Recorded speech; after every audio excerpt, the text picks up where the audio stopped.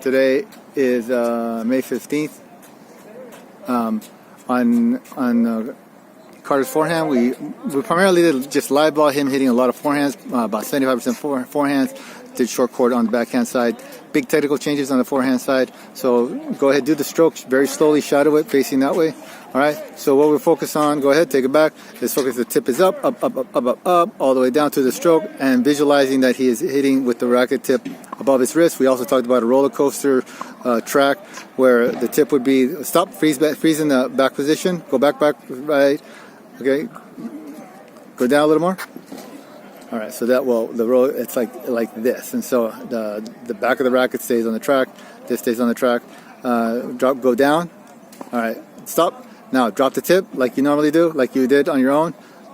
Trying to avoid that. Now that's not bad. We're not necessarily saying that that's bad. We're trying to get rid of it because we need to make it controlled. He doesn't control it right now. He's able to do this overcorrection position with the tip of the racket up. Without tightening the grip. Sometimes it looks like his grip was tightened.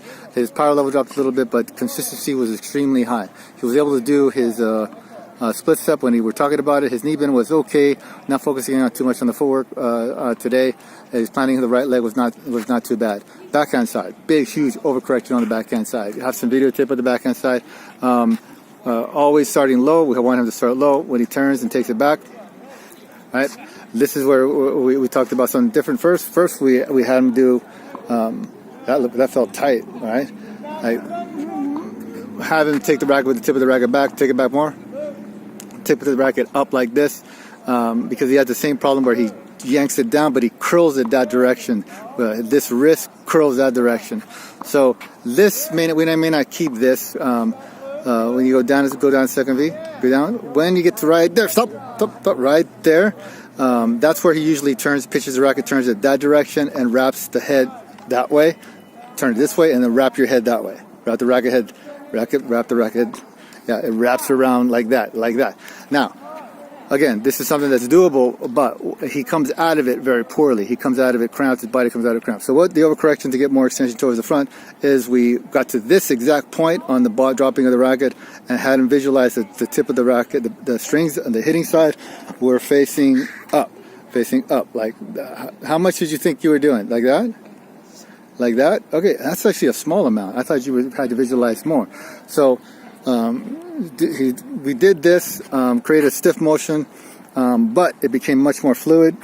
He tended to lock all these structures together, and he dropped the tip, dropped that like that. The goal was to make the bump here without it doing this, right? And so he was overcorrecting with the tip, the strings hitting side facing up. So we're going to follow this track. We showed him the video of what he did and of the way he did, of what the correction looked like, and video of letting him do it his way.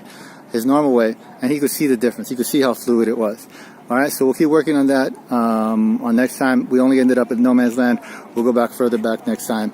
Probably just doing net feeding or hand feeding on him and get that down. But today, forehand side, real good. All right. So we'll see you next time.